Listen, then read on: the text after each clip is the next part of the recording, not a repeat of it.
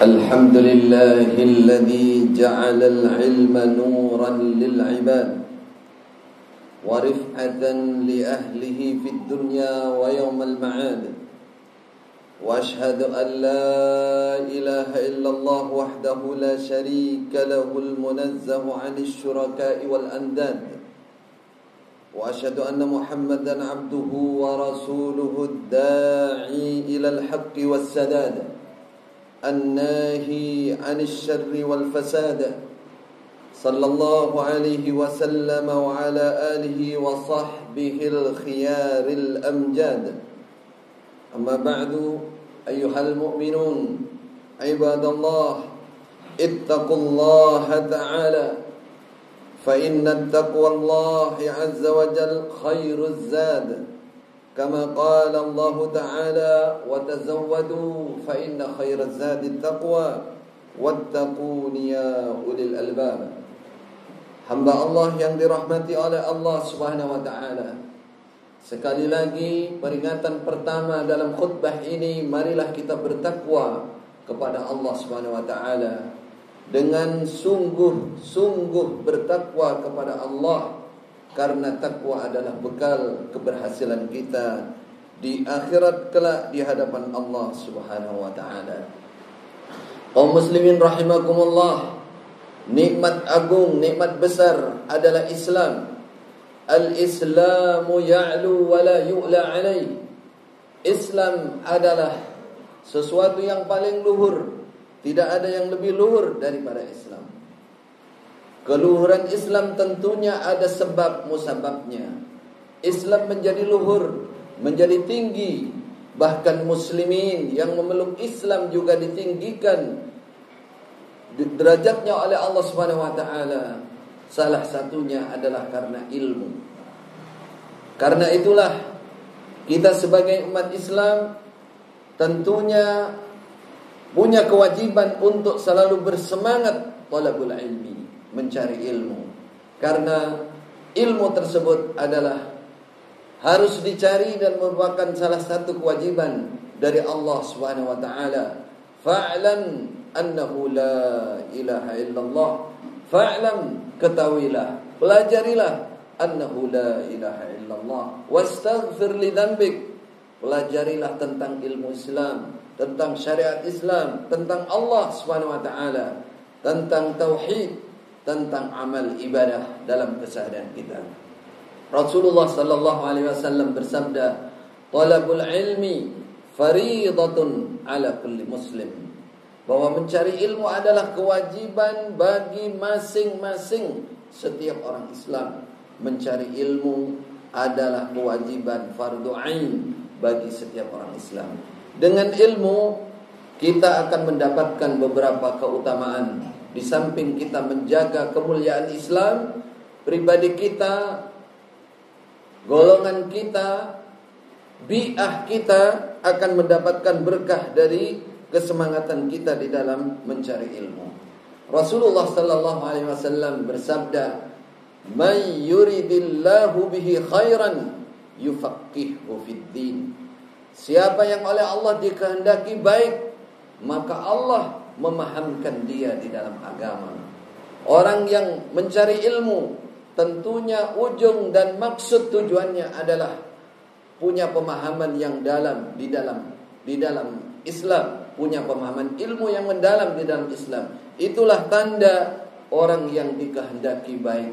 Para ulama mengatakan kebalikan atau mafhum mukhalafah dari pernyataan Rasulullah sallallahu alaihi wasallam, siapa yang dikehendaki baik berarti dia difahamkan, berarti dia disemangatkan dalam ilmu. Siapa yang dikehendaki buruk berarti dia tidak dikehendaki. Menjadi orang baik adalah orang yang dijauhkan dari paham agama, dijauhkan dari ilmu, sehingga dia jauh dari ilmu menjadi orang yang dilaknati oleh Allah. Wa man azlam mimman dzukira bi ayati rabbih thumma a'rada anha wa nasiya ma qaddamat yadah. Adalah orang yang paling berkhianat di dalam Islam, adalah orang yang paling tidak bersyukur ketika dia diingatkan dengan ayat-ayat Allah, dengan ilmu, lalu dia berpaling dari ilmu, tidak mau mencari dan tidak mau mengamalkannya. Karena itulah menjadi kewajiban, sudah sepantasnya kita sebagai umat Islam, apakah itu talibul ilmi, apakah itu ustaz, apakah itu orang biasa, semua yang merasa dirinya Islam punya kewajiban mencari ilmu, punya kewajiban menjaga Islam ini agar tetap mulia, agar tetap tinggi di dunia sampai di akhirat. Allah menjamin derajat bagi orang yang sungguh-sungguh di dalam mencari ilmu, sehingga dia menjadi orang yang ketempatan ilmu. Allah berjanji, yarfa'illahu alladhina amanu minkum walladhina utul ilma darajat.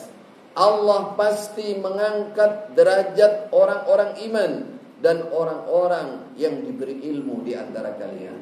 Maka tidak ada alasan lagi bagi kita umat Islam untuk mencari derajat yang dijanjikan oleh Allah Subhanahu wa ta'ala dengan sungguh-sungguh mencari ilmu. Allah membuktikan banyak dalam kejadian seperti yang pernah kita dengar dan kita baca. Sejarah membuktikan ketika zaman tabi'it tabi'in, ada seorang ulama di Mekah, yaitu muridnya Ibnu Abbas, yang bernama Atha ibnu Abi Rabah. Atha bin Abi Rabah adalah seorang budak rampasan perang. Dia diperjualbelikan, dibeli oleh seorang wanita di Mekah, seorang kaya wanita di Mekah. Dia seorang budak asalnya dari, kalau sekarang dari Afrika, dari budak Habasyah yang kepalanya kecil, gundul, tidak ada rambutnya, kulitnya sangat hitam, badannya pendek, hidungnya pesek, tidak ada, secara fisik tidak ada pilihannya sama sekali.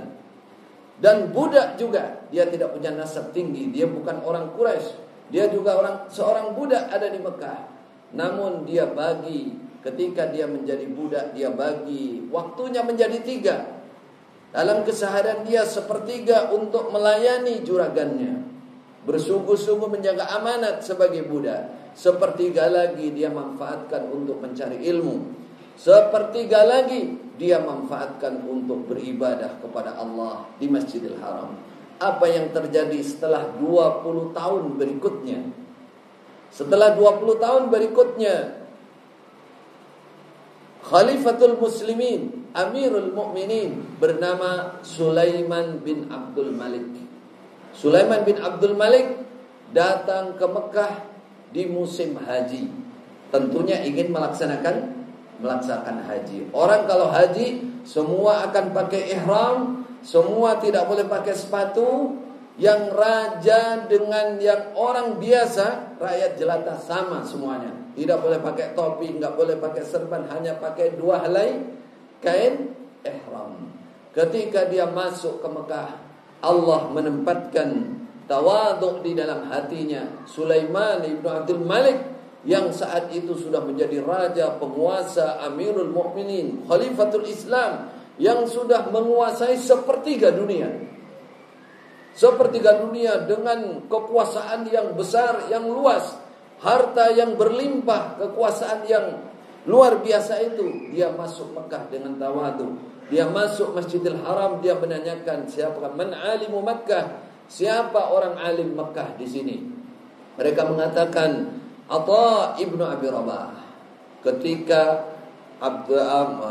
Sulaiman bin Abdul Malik ini, bin Abdul Malik bin Marwan, dia terjadi perselisihan dengan putranya dalam masalah haji. Dia terpaksa harus bertanya kepada orang alim Mekah. Masuklah dia ke Masjidil Haram, dia mencari yang namanya Atha bin Abi Rabah. Atha bin Abi Rabah, aina Atha bin Abi Rabah? Mereka menunjukkan di sana tempatnya. Dia berjalan dengan 2 orang anaknya menuju Atha bin Abi Rabah. Saat itu Atha sudah ditunggu oleh manusia banyak yang ingin minta fatwa, ingin bertanya kepada Atha bin Abi Rabah, seorang ulama yang terkenal seluruh dunia Islam saat itu. Atha bin Abi Rabah, semua menunggu, termasuk Khalifah Amir ini juga menunggu. ketika dia menunggu Atha bin Abi Rabah sedang sholat dengan tenang, dengan khusyuk. Ketika Atha bin Abi Rabah sudah selesai sholatnya, si amir ini, raja ini ingin duluan, padahal dia antrinya belakangan. Apa kata Atha bin Abi Rabah? Ya Amirul Mukminin, khul makanak. Wahai amirnya orang iman, Amirul Mukminin, penguasa, khul makanak, tempati tempatmu. Kalau belakangan ya belakangan, kalau depan ya depan. Anda belakangan datangnya. Akhirnya apa?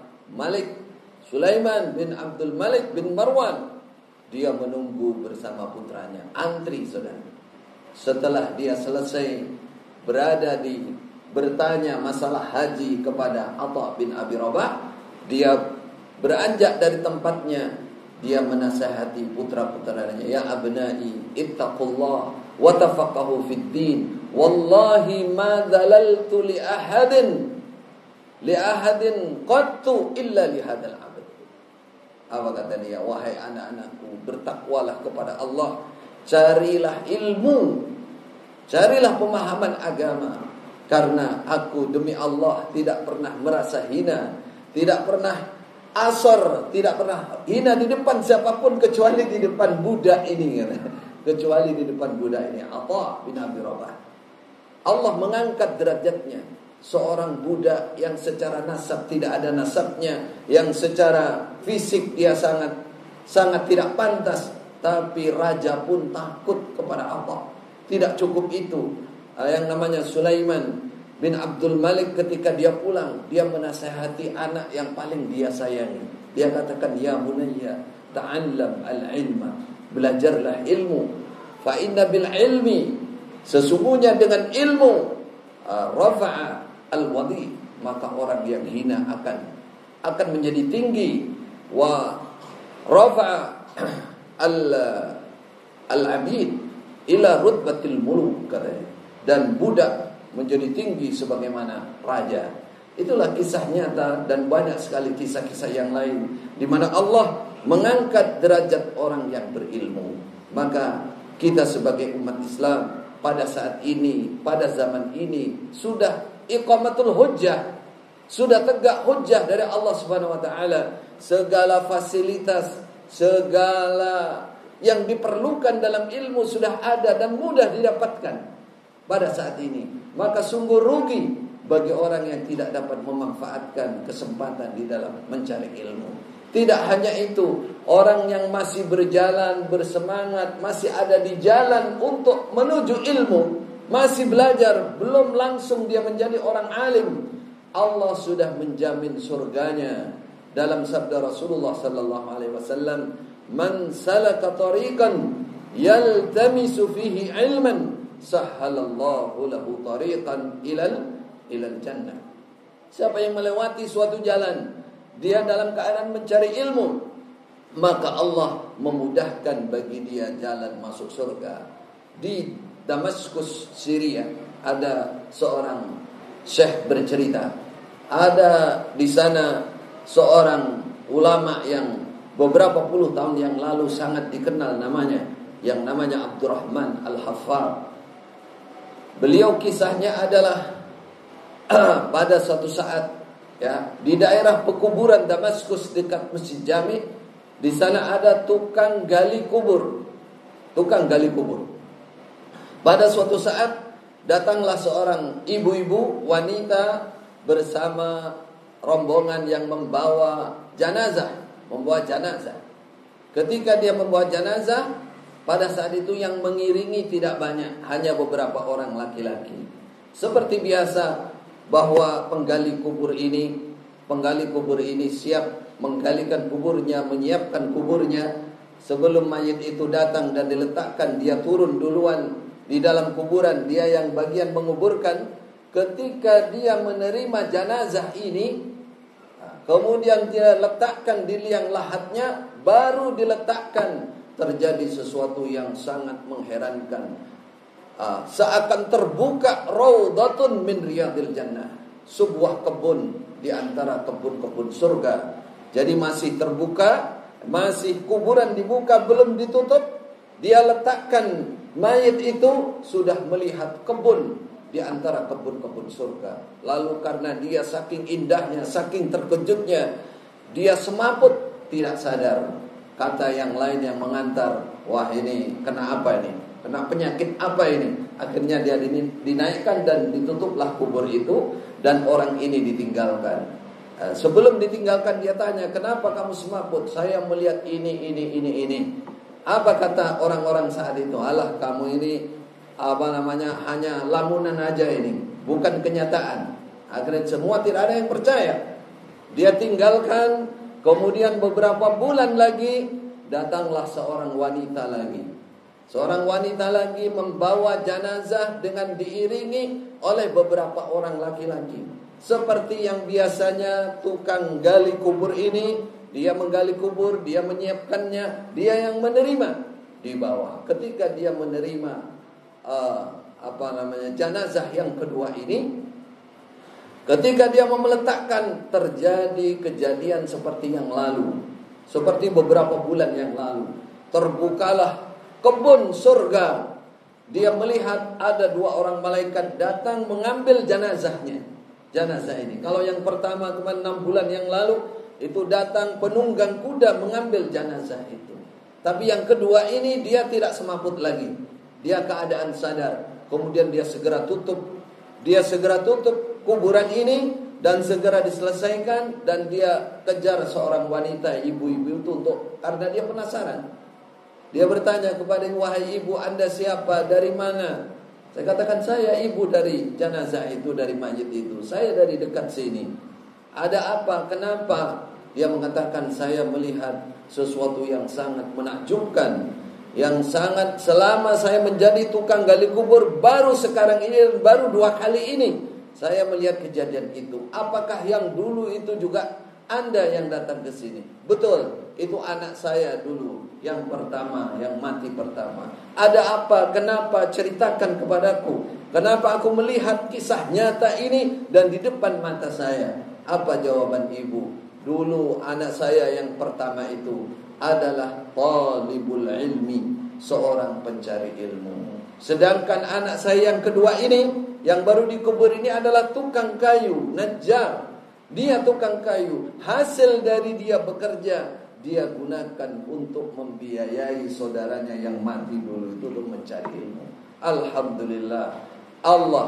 Sabda Rasulullah sallallahu alaihi wasallam sungguh nyata, man salaka tariqan yaltamisu fihi ilman sahhalallahu lahu tariqan ilal jannah. Siapa yang berada di jalan jalur ilmu, ketika dia mati sewaktu-waktu, Allah memudahkan dia untuk masuk surga.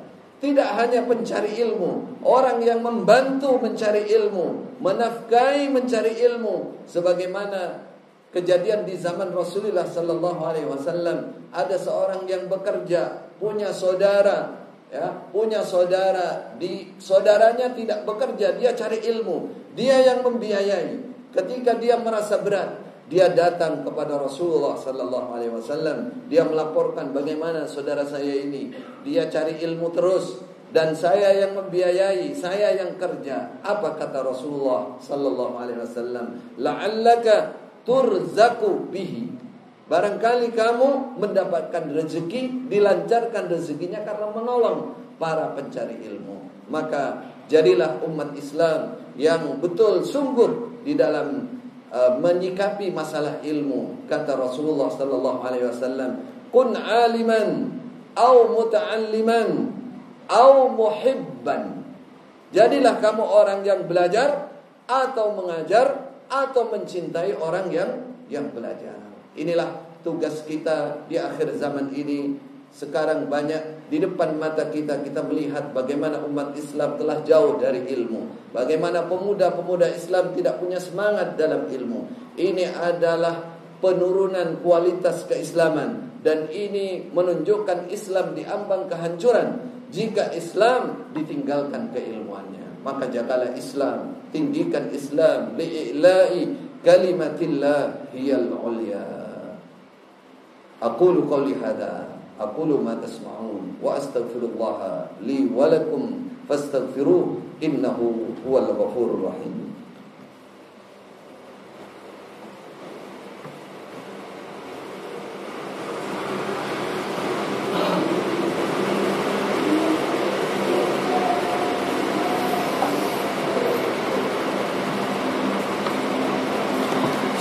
Alhamdulillah wa kafa.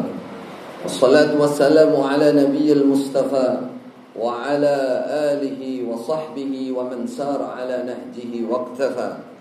Amma ba'du, usikum wa nafsi bi taqwallahi azza wa jalla. Faqad fazal muttaqun. Saudaraku kaum muslimin rahimakumullah, sungguh ilmu dalam Islam harus kita pertahankan, harus kita jaga, jangan sampai hilang. Karena hilangnya ilmu berarti hilangnya Islam, berarti tersiarnya kebodohan.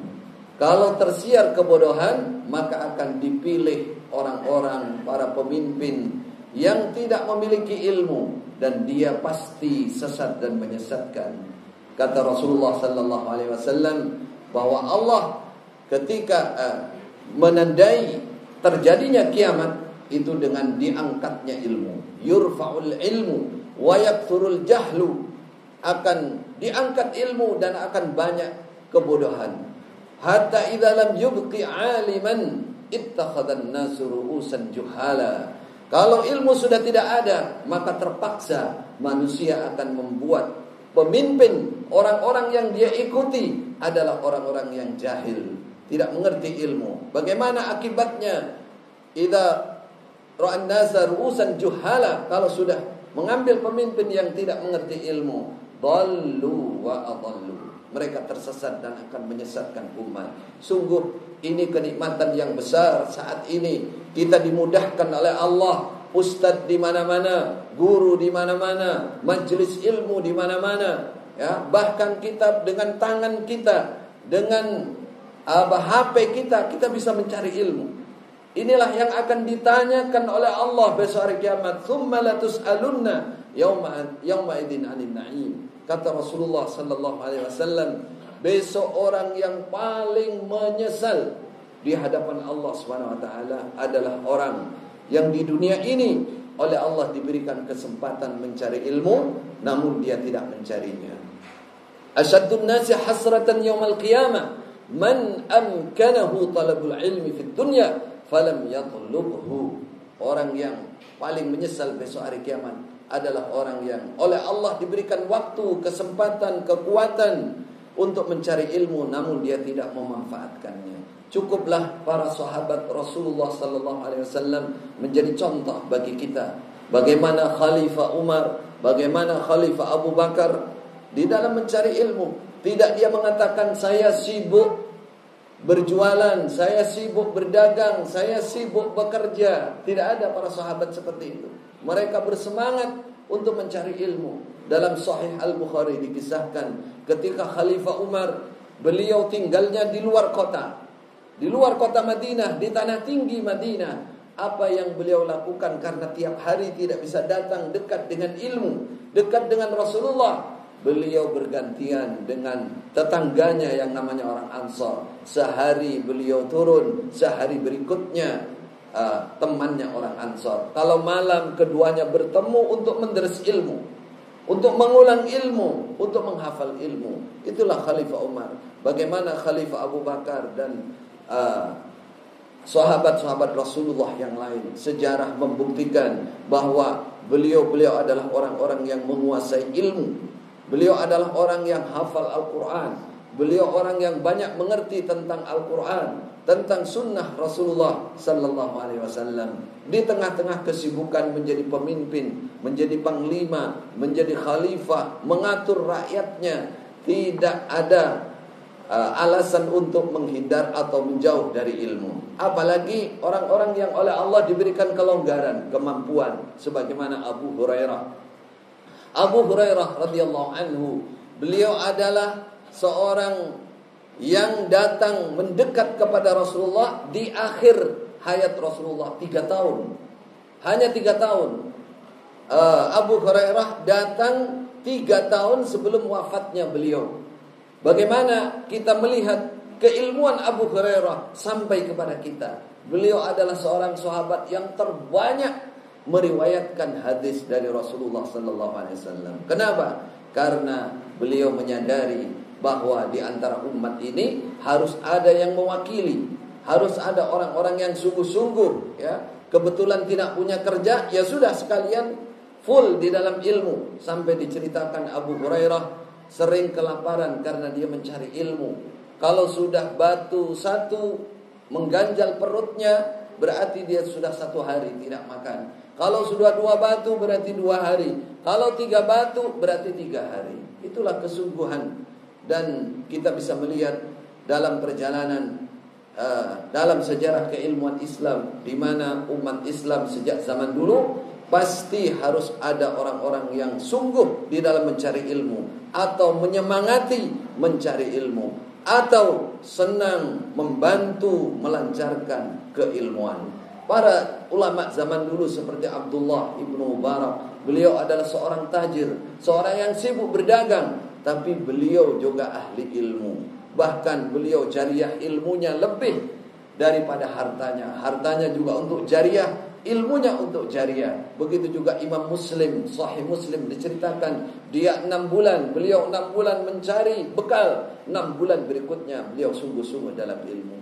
Sungguh merupakan hujjah yang tegak di hadapan Allah ketika nanti kita menyesal, dan tidak akan pernah terulang penyesalan itu kalau sudah di hadapan Allah, ketika kita pada zaman yang seperti ini masih bermalas-malasan, tidak ada kesungguhan di dalam mencari ilmu. Semoga Allah memuliakan kita semua dengan semangat untuk mencari ilmu dari Allah Subhanahu wa taala. Fajazakumullahu khaira wa sallu wa sallimu ala nabiyyikum nabiyir rahmati wal huda kama amara bidzalika rabbukum. Inna Allaha wa malaikatahu yusalluna 'alan nabi ya ayyuhalladzina amanu sallu 'alaihi wa sallimu taslima. Wa qala sallallahu 'alaihi wasallam man shalla 'alayya marratan wahidah sallallahu 'alaihi biha asyra. Allahumma salli wa sallim 'ala abdika wa rasulika Muhammad sahibi wal jabinil azhar wal khalqil akmal. وارض اللهم عن الأربعة الخلفاء الراشدين الذين كانوا بالحق وبه كانوا يعدلون أبي بكر وعمر وعثمان وعلي وعن الستة الباقين من العشرة الكرام البررة وعن أصحاب نبيك أجمعين وعن التابعين لهم بإحسان إلى يوم الدين وعنا معهم بعفوك ومنك وكرمك وجودك وإحسانك يا أرحم الراحمين. اللهم ارفعنا بالعلم، اللهم ارفعنا بالعمل، اللهم ارفعنا بالعمل بالتوحيد برحمتك يا أرحم الراحمين. ربنا إننا سمعنا مناديا ينادي للإيمان أن آمنوا بربكم فآمنا ربنا فاغفر لنا ذنوبنا وكفر عنا سيئاتنا وتوفنا مع الأبرار. اللهم اجعل هذا البلد بلدا آمنا مطمئنا وسائر بلاد المسلمين يا أرحم الراحمين. اللهم ادفع عنا الغلاء والوباء والربا والزنا والزلازل والمحن وسوء الفتن ما ظهر منها وما بطن عن بلدنا هذا خاصة وعن سائر بلاد المسلمين عامة يا رب العالمين. اللهم إنا نعوذ بك من قلب لا يخشى ودعاء لا يسمع ومن نفس لا تشبع ومن علم لا ينفع. نعوذ بك من هؤلاء الأربع. ربنا آتنا في الدنيا حسنة وفي الآخرة حسنة وقنا عذاب النار. عباد الله اتقوا الله وأطيعوه إن الله أمركم بأمر بالعدل والإحسان وإيتاء ذي القربى وينهى عن الفحشاء والمنكر والبغي يعظكم لعلكم تذكرون. وأوفوا بعهد الله إذا عاهدتم ولا تنقضوا الأيمان بعد توكيدها وقد جعلتم الله عليكم كفيلا إن الله يعلم ما تفعلون. واذكروا الله العظيم يذكركم واشكروه على نعمه يزدكم ولذكر الله أكبر والله يعلم ما تصنعون. أقم الصلاة.